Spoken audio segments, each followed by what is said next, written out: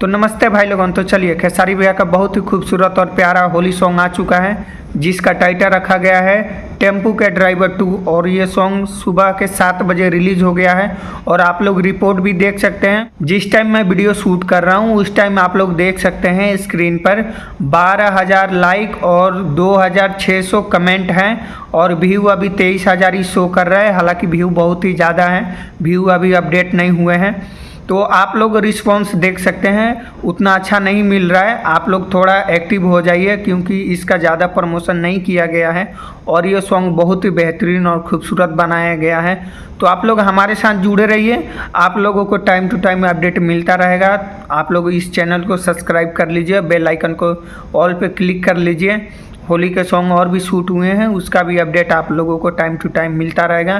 तो जो भी भाई लोग इस सॉन्ग को सुन लिए हैं तो कमेंट करके बताइए आप लोगों को ये सॉन्ग कैसा लगा। और जो लोग सुनना चाहते हैं वो लोग सिंपली सर्च मारो टेम्पू के ड्राइवर 2 और ये सॉन्ग आसानी से आप लोगों को मिल जाएगा। तो आप लोग जाइए अपने भैया को प्यार दुलार आशीर्वाद दीजिए और बहुत ही बेहतरीन खूबसूरत सॉन्ग है, इस पर रील भी अपना बनाइए। आप लोगों का रील बहुत ही तेज़ी से वायरल होगा।